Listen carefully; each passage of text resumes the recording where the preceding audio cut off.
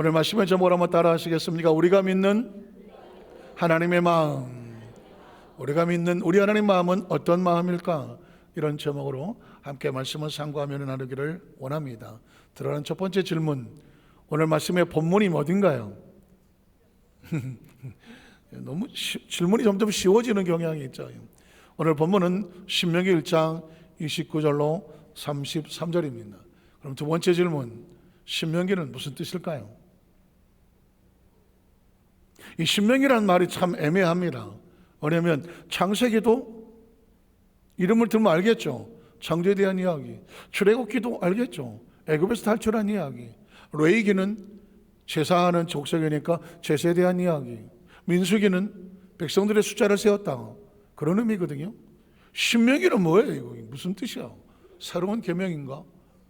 뭐 새로운 뭔가? 신명기라는 뜻은 다시 한번 강력하게 명령하는 것을 가슴에 새기라는 뜻입니다. 재차 강조하면서 반드시 이 말씀을 마음판에 새겨라, 이런 의미의 말씀을 가지고 있습니다. 그럼 세 번째 질문, 왜 하나님 말씀은 다 소중히 마음판에 새겨야 되는데 왜 신명기 말씀은 재차 강조하면서 반드시 강력하게 명령하니 이 말씀은 마음판에 새기라고 하실까? 이유가 뭘까? 이유는 상황에 나와 있습니다. 이스라엘 백성이 애굽에서 나왔습니다. 광야를 지나갔습니다. 약속의 땅이 눈앞에 있습니다. 새로운 하나님의 세계, 새로운 하나님의 축복이 바로 코앞에 있단 말입니다. 그걸 누리려고 하면 눈앞에 보고 관광하고 지나가는 것이 아니라 약속의 축복을 반드시 누리려고 한다면 그것을 어떻게 누릴 수 있는지의 말씀을 마음판에 반드시 새겨놓아라. 그래야 그 약속의 땅이 너의 땅이 되고 너의 축복이 된다는 거예요. 여러분, 최근에 저희 집에 밥솥을 하나 샀어요. 오랫동안 10년 이상 썼나?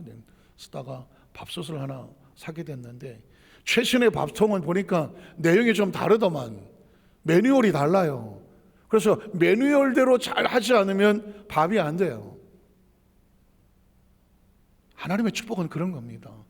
이건 뭐 대충 내가 하고 싶은 대로 뭐 코드 꽂아놓고 아무거나 누르면 밥 되겠지. 안 돼요. 죽대요. 하나님 말씀이 그런 겁니다. 가나안 땅이 눈앞에 있다고 할지라도 하나님께서 여기 들어가서 우리가 옛날에 살던 방식으로 그렇게 살면 뭐 대충 뭐 인생 뭐 있어 그냥 살면 되지. 안 돼요. 하나님의 축복은 하나님의 매뉴얼이라는 게 있습니다. 하나님의 원리가 있고 원칙이 있는 거예요. 아무리 좋은 곳에 있어도 그것을 운영하고 누릴 수 있는 방법을 알아야 되는 거예요.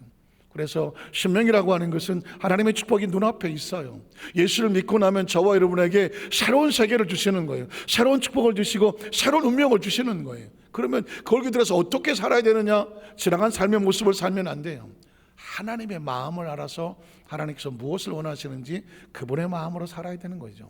우린 첫 번째로, 그래서 오늘 성경 속에서 우리를 향하신 하나님의 마음을 한번 살펴보려고 하는 겁니다. 오늘 신명기 1장 28절에 보면 이스라엘 백성들이 처절한 절망을 합니다. 애굽에서 나왔어요. 광야를 지나갔어요. 눈앞에 축복의 문이 열리고 있어요. 그런데 이들은 이렇게 말합니다. 아이고, 큰일 났다. 어떡하지? 우리가 어디로 가야 되지? 보통 이런 말은 기뻐서 하는 말이 아닙니다. 어떻게 하지? 어떻게 생각하십니까? 혹시 이 시간에 참석한 여러분 가운데서 마음속에, 예배는 참석했지만 마음속에 어떡하지?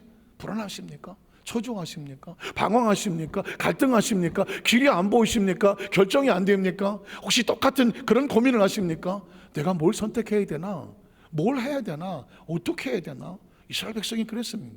이유가 뭐냐면 우리의 형제들이 10명의 정탐꾼들이 그 백성에게 와서 그 보고를 했습니다. 가나안 땅이 어떻다고 정탐에 보고를 했습니다. 그런데 그 보고를 들었더니 마음이 철렁한 겁니다.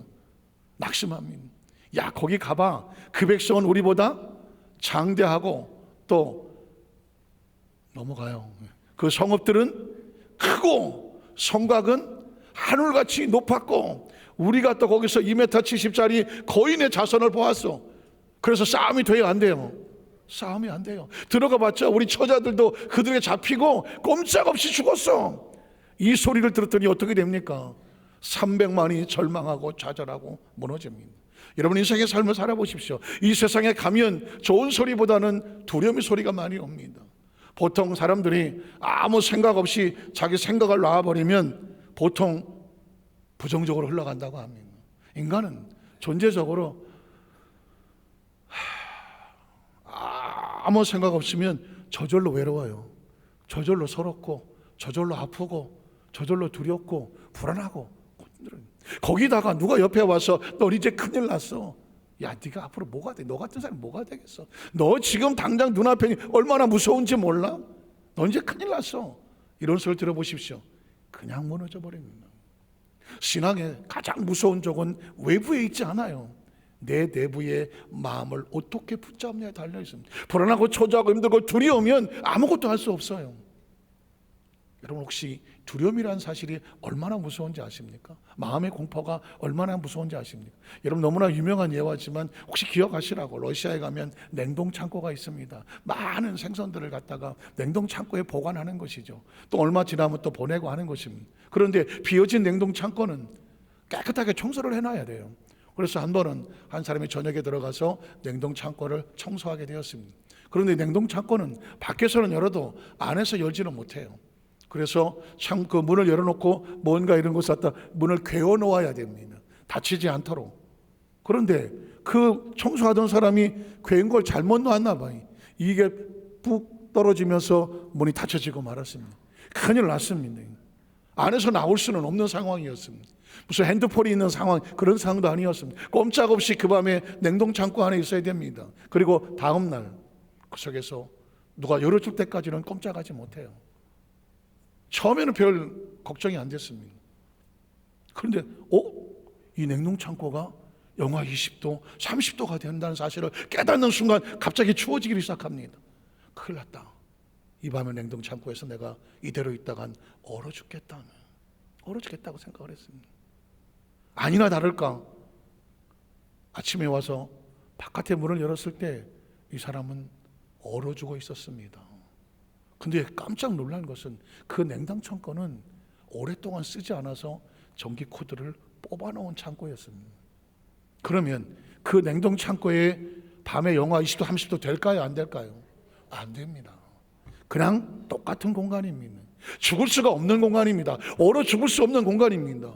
그런데 그 차가운 게 얼어 죽은 게 아닙니다. 그 스스로 여기는 냉동창고야. 영하 20도, 30도가 도는 거야. 난 꼼짝없이 얼어 죽었어. 스스로 두려움에 빠져서 그는 얼어 죽었습니다. 이렇게 말을 하면 말도 안 되는 소리는, 그렇게 사람이 생각한다고 그렇게 사람 신체에 영향을 미치겠어? 여러분 혹시 아십니까? 고소공포증 혹시 있으십니까? 고소공포증 있는 사람은 절대로 높은 데 가지를 못합니다. 만약에 어디 무슨 산에 올라갔더니 무슨 투명하게 하늘다리 이래갖고 요즘은 그런 것도 많이 만들어놨어요. 저 빙 돌아서. 근데 바닥이 뭐예요? 유리로 되어 있어. 마치 공중 허공을 걷는 것처럼 해. 나는 걷는다. 나는 죽어도 못 걷는다. 고소공포증이 있는 사람은요, 한 발을 못 움직입니다. 한 발을. 왜 그럴까요? 아무 문제 없어요. 걸어갔다 온 사람, 한 사람 떨어진 사람 없어요. 근데 뭐가 문제예요? 내가 두려우면 한 발을 못 떼요. 한 발을. 뒤에서 밀어보십시오. 짱 가려고 난리를 칩니다. 몸에 문제가 있는 게 아닙니다. 다리에 문제 있지 않아요. 사람은 신체적으로 자기가 두려워하면 꼼짝을 못하게 되었습니다. 혹시 여러분 조류공포증 있습니까? 조류공포증. 새만 보면 도망가시는 분 계십니까? 저는 제 여동생이 고등학생 때인가 보니까 친구 하나가 있는데 얘는 조류공포증이 있더만. 그래서 학교에서 아이들끼리 치킨을 먹는 거예요. 자기는 맛있게 양념치킨, 후라이드 이러고 먹는데 뭐 먹고 있어? 그래서 우리 튀김 먹고 있어. 나도 하나 줘. 그래서 하나 먹어. 그런데 먹다가 야 맛있다. 이건 뭐야? 치킨이야. 어디? 이게 뭐가 있다고 놀랍니까? 머릿속에 나는 새가 무서운 사람이에요. 이런 사람은 자기가 먹다가도 이건 맛있는데 이건 뭐야? 치킨이야. 실제로 봤습니다. 그 친구가 제 동생하고 이렇게 같이 있었는데 아니 비둘기가 지나가니까 저기서부터 나타나는데 막 도망을 가더라고요. 비둘기는 더 놀라서 도망갔어요. 왜 그러나? 전 더 하나 깜짝 놀란 것은 자기 엄마하고 영화를 본답니다. 영화를 보다가 그 화면에 새나 닭이 나오면 둘이 똑같이 소리 지른답니다. 도대체 그 화면에 있는 그 새가 무슨 의미가 있습니까? 뭐 얼마나 무섭다 소리입니까? 아닙니다. 사람은 마음속에 이 두려움, 폐쇄 공포증, 무슨 공포증도 엄청 많아요. 그건 다 심리적인 겁니다. 왜 하나님께서 이스라엘 백성들 마음속에 그 두려움을 저들을 향하여 외치고 싶은 게 뭔지 아십니까? 왜 두려워하고 절망하고 좌절? 여러분 혹시 여러분을 두렵게 하는 게 뭘까요? 두려움에 잡히는 순간 난 꼼짝을 못합니다. 두려움은 우리를 잡는 겁니다. 세상에 있는 모든 악한 사탄의 공격은 다른 게 아닙니다. 우리를 두렵게 하는 겁니다. 무섭지, 두렵지, 넌 아무것도 못해. 여러분 보십시오. 그 두려움의 앞에 떨고 있는 이스라엘 백성을 향하여 하나님의 마음은 어떤지 아십니까? 그 다음 절에 보면 하나님 29절에 이렇게 말하고 있습니다. 내가 너희에게 말하기를 그들을 뭐하지 말아요? 두려워하지 말아요. 무서워하지도 말고 두려워하지도 마. 저는 이 시간에 이 성전 앞에서 여러분의 머릿속에 생각 속에 도대체 내가 뭘 고민하나, 뭘 두려워하나, 뭘 낙심하나, 뭐 어떠면 잘 나가다 뭐만 생기면 철거덕 주저앉나, 잘 나가다 누가 한마디만 하면 거기서 덜커덕 주저앉아버리나, 우리를 두렵게 하고 무섭게 하는 모든 세력으로부터 어느 시간에 자유하게 되시기를 주의 이름으로 축복합니다. 왜냐하면 하나님의 사람들은 하나님 안에서 절대로 두려워하고 무서워하지 말라고 말합니다. 두려워하고 무서워하면 움직일 수가 없어요. 냉동 창고에서 얼어 죽는 건 두려움 때문입니다.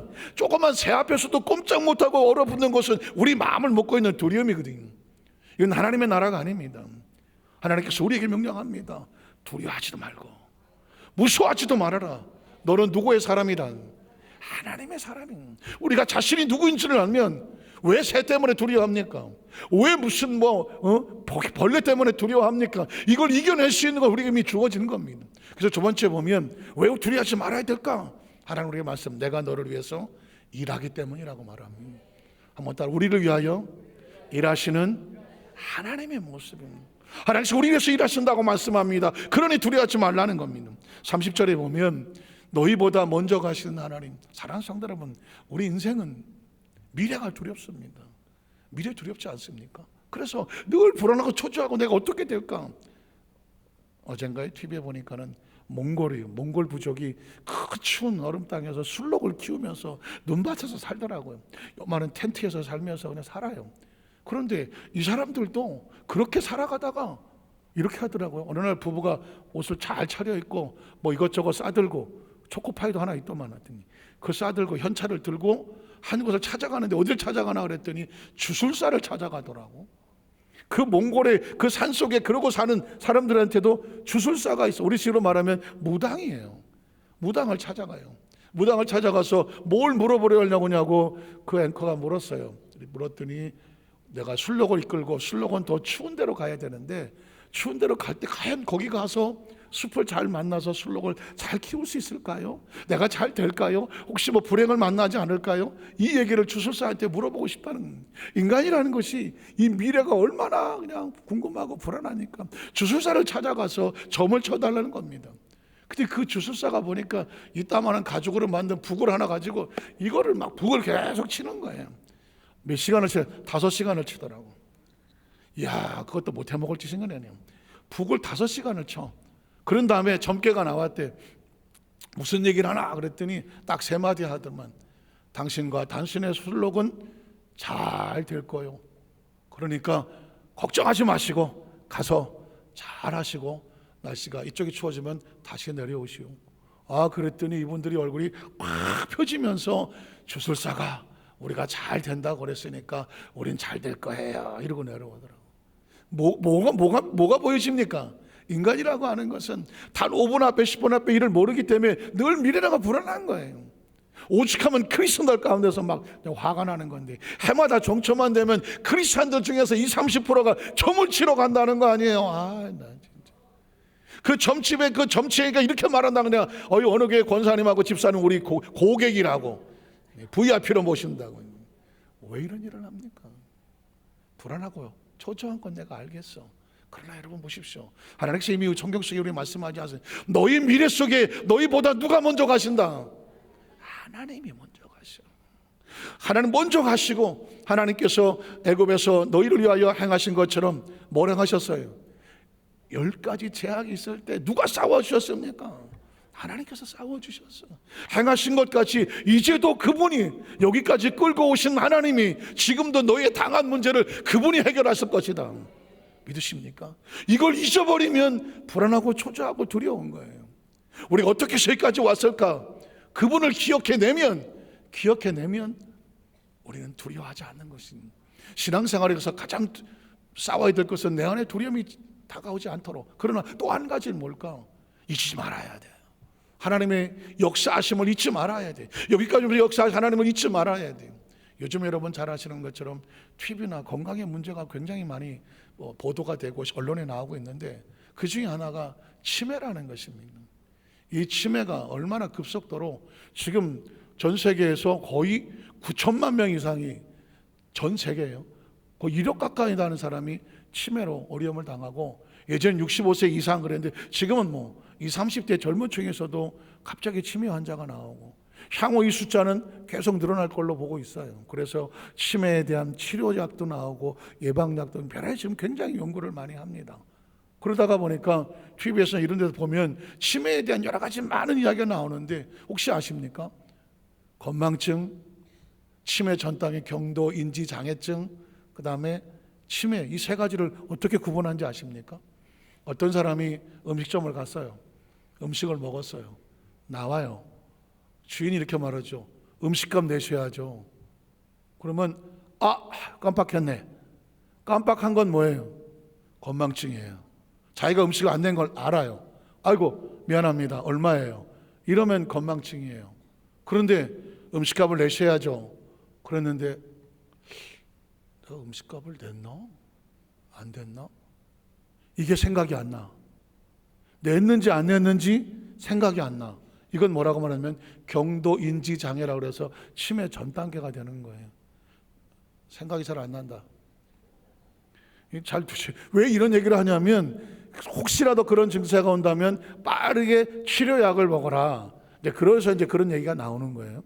그런데 그러면 치매는 뭐예요? 치매는 음식값을 내셔야죠. 그렇게 말했을 때 왜 나한테 시비를 걸어요? 내가 뭘 어쨌다고? 상황이 이해가 안 되는 거예요. 음식을 먹고 나오는데도 음식값을 내야 된다는 얘기가 이 상황이 무슨 상황인지가 이해가 되지는 않는 거예요. 왜 나한테 시비를 거느냐고 화를 낸다. 이렇게 되면 이게 치매의 증세가 있다는 겁니다. 제가 그 얘기를 가만히 보면서 오늘 성경 속에서 하나님께서 우리에게 크리스찬들에게도 묻는 것 같아요. 왜 하나님이 역사하시고 운행하시는 이거를 자꾸 잊어버리고 두려워하느냐는 것이죠. 여러분 오늘 주일입니다. 야 주일이다. 오늘 주일이에요. 그러면 아이고 깜빡했네. 오늘 3부 예배 아이고 4부 예배라도 가야지. 이 말씀을 듣다가 아이고 교회 가야지. 이렇게 해서 나오시면 요거는 잠깐의 건망증이에요. 그런데 오늘 주일인데요. 내가 오늘 교회를 갔다 왔나 안 갔다 왔나 생각이 안 나. 이건 뭐냐면 치매 전 단계. 이건 빨리 치료받고 주일날 교회 빠꼬박꼬박 나오셔야 돼요. 그런데 만에 하나 오늘 주일이에요 그랬더니 어쩌라고 그게 나하고 무슨 상관이 있는데 하고 이 상황이 이해가 안 되고 화가 난다. 이건 신앙이고 뭐고 영적인 치매 상태가 온 거예요. 그래서 어떻게 이건 빠르게 정신 회복을 필요합니다. 그래서 신앙생활에 하나님 말씀이 왜 주야로 묵상하고 마음판에 새기고 그 가운데 기록한 대로 지켜 행하라. 그래야 네가 어디로 가든지 하나님을 잊어버리지 아니하면 내가 너와 함께 있어서 내 길이 평탄하게 될 것이다.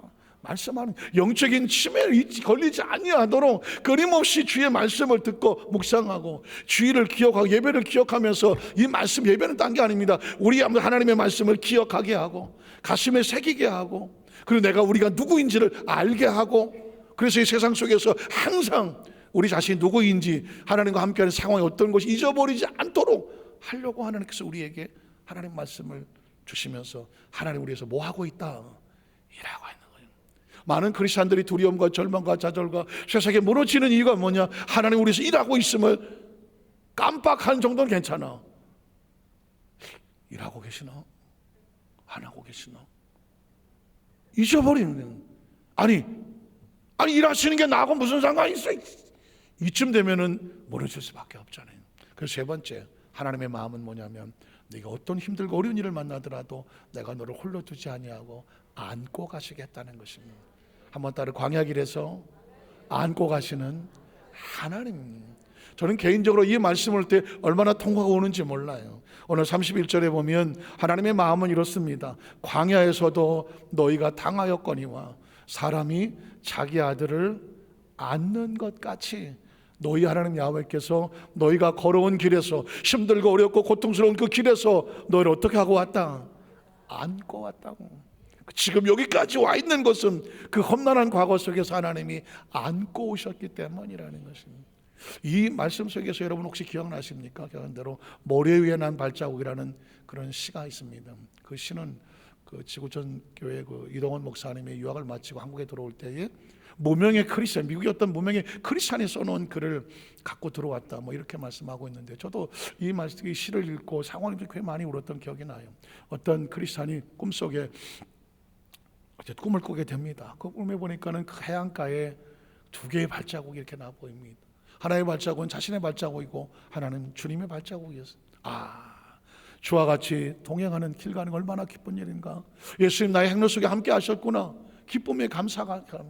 그런데 어느 날 갑자기 막 폭우가 쏟아지고 풍랑이 다가오고 어두운 밤이 찾아오는데 캄캄한 인생의 어두운 길을 지나가던 생각이 나는 거예요. 그렇지, 내가 그 시절에 나는 너무 힘들고 어려웠어, 고통스러웠어. 아무도 내 옆에 있어주지 않아. 다 나를 욕하고 떠났어. 그 밤에 난 어떻게 지냈을까? 라고 그 상황을 봤더니 그 시기에 발자국이 하나밖에 없는 거예요. 그 순간 철렁했습니다. 모든 친구들이 나를 등지고 도망을 쳤는데, 다 나를 버리고 왔는데 왜 발자국이 하나밖에 없었을까? 당연히 두 개가 있어 나를 붙잡고 가셔야 되는데. 그 순간 그래, 주님도 나를 포기하셨나 보다. 그래, 나같이 쓸모없는 놈은 주님이 나랑 붙잡아 이을 리가 없지. 철렁하며 가슴하며 무너지려고 하는, 눈물이 나는 건데. 근데 그때 주님의 음성이 들리더라는 것입니다. 사랑하는 딸아, 그 발자국이 누구의 발자국인가 보라. 그냥 순간 너무 놀라서 그냥 발자국 하나 누구 건지도 알지 못했어요. 그를 발자국을 쳐다봤더니 그 발자국은 자신의 발자국이 아니라 주님의 발자국이었다는 것이죠. 그러면서 주의 음성이 들립니다. 네가 가장 힘들고 어렵고 외롭고 쓸쓸하고 고통의 마음을 지나갈 때에, 네 혼자 쓸 수 없는 그 힘쓸 때에 내가 너를 가슴에 끌어안고 들쳐업고 그 길을 지나갔다는 거죠. 자세히 보아라. 그 발자국은 너의 발자국이 아니라 누구의 발자국이다? 나의 발자국이다. 그때 거기서 폭포 같은 눈물이면서 그 힘들고 어려울 때 주님은 나를 떠나지 아니하시고 오히려 나를, 쓰러진 나를 등에 업고 그 길을 걸어오셨구나 통곡하면서. 그리고 깨어나서 모래 위에 난 발자국이라고 하는 그 시를 써다는 것입니다. 사랑하는 성도 여러분, 어떻습니까? 여기서 강장 놓는 것은 너희가 광야에서 당하였거니와 사람이 자기 아들을 하는 이 부모의 심정이라는 것이죠. 여러분 겪어보셨습니까? 제가 그전에 그런 얘기를 했습니다. 세상에 제일 힘든 게 뭔가 했더니 자식이 우는 거더라고. 자식이 고통 속에서 눈물이 는 모습을 보아야 하는 것이더라고요. 저도 저희 집 아이가 몇 년 전에 미국에서 교통사고를 당해서 중환자실에 누워서 어찌할 바를 모르고 있었을 때 저희 집사람하고 미국에 가서 13시간을 날아가는데 비행기 안에서 단 한숨도 잘 수가 없었습니다. 잘 수가 없어요. 어떤 일이 벌어지는지 모르기 때문에. 내리자마자 식사하겠냐, 식사할 시간이 병원으로 달려갔습니다. 거기서 병원에 한 일주일 이상 있는 동안에 하루에 1시간도 못 잤습니다. 중간에 깜빡깜빡 졸더라도 가서 숙소에 가서 자려고 누워있는데 잘 수가 없어. 우리 집사람께서 가자 병원으로. 내가 잘 수가 없다. 눈을 붙일 수가 없더라고. 그래서 다시 1시간도 못 누웠는데 들쳐 가서 그 밤에 차를 타고 병원의 병실에 의자 조그만 거 하나 있는데 거기서 쭈그리고 앉아서 있어야 돼서. 그게 개인의 일이면 가능하겠습니까? 안 되더라고. 자식이니까 되더라고. 자식이니까 되더라고. 그 상황에서 어떻게 내가 다리를 쭉 펴고 편안하게 골고며 잘길 수 있는, 안 되더라니까요. 저는 이 본문을 지나갈 때마다 하나님의 심정이 그래요. 내가 너희를 광야가 지나갈 때 내가 어떻게 편하게 두 다리를 뻗고 잤겠냐. 내가 너를 가슴에 끌어안은 거에 가지고. 이 말은 뭐냐면 너희는 내 자식이다. 한번 더, 너희는 내 사랑하는 자식이라는 것입니다. 하나님 저와 여러분 하나님의 자녀로 끌어안았기 때문에 우리가 힘들고 어려운 고비를 지나갈 때 주님께서 모른 척하지 않는 거죠. 졸지도 않냐고 주무시지 않는 표현은 그겁니다. 자기 백성 가슴에 끌어안고 여기까지 와 있다는 거예요. 오늘 아무리 힘들고 어려운 고비를 지나간다고 할지라도 사랑하는 성도 여러분, 두려워하지도 말고 잊어버리지도 마라. 하나님은 지금도 일하고 계시면서 가장 힘들고 어려울 땐 가슴에 끌어안고 가시더라는 거예요. 그분의 네 번째 마음은, 우리가 믿는 하나님의 마음은 뭔지 아십니까? 과거가 그렇고 현재를 안고 그랬다면 너희 미래에 대해서 하나님께서 주는 끌고 이끌어 가신 하나님에 대한 비전을 잊지 말아라. 우리 하나님은 우리의 미래를 친히 예비하신 하나님이십니다. 33절에 보면 그는 너희보다 먼저 그 길을 가신다고 말했습니다. 인생은 우리 앞길이 어떻게 될지를 그게 제일 불안하다고 말했습니다. 그러나 그분은 우리 인생의 미래를 답사하시는 분입니다.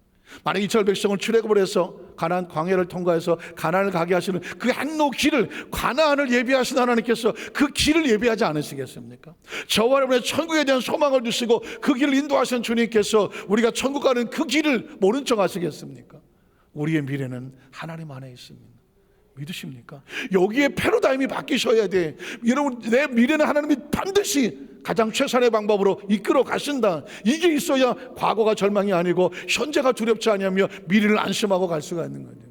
그 길을 가시며 장막 칠 곳을 찾으시고 밤에는 불로 낮에는 구름으로 너희 갈 길을 지시하신다 하시다. 실제로 이스라엘 백성은 그걸 체험을 했습니다. 출애굽기 40장 34절로 38절에 보면 그들이 어떻게 광야를 지나갔을까?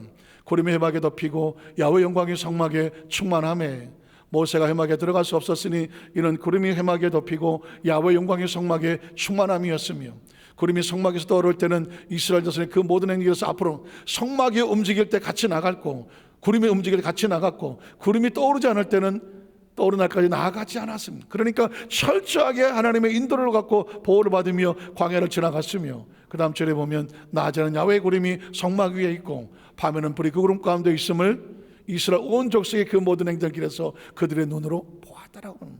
하나님은 여전히 우리의 삶을 인도하고 오셨고 안고 가시며 우리의 미래도 이끌어 가신다는 거예요.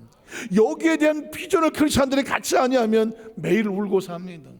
역시 여러분, 오프라 윈프리라고 하는 미국의 흑인 그 쇼를 이끌어가는 진행자를 아십니까? 제가 사진을 준비하지 못했는데 워낙 유명한 사람이니까.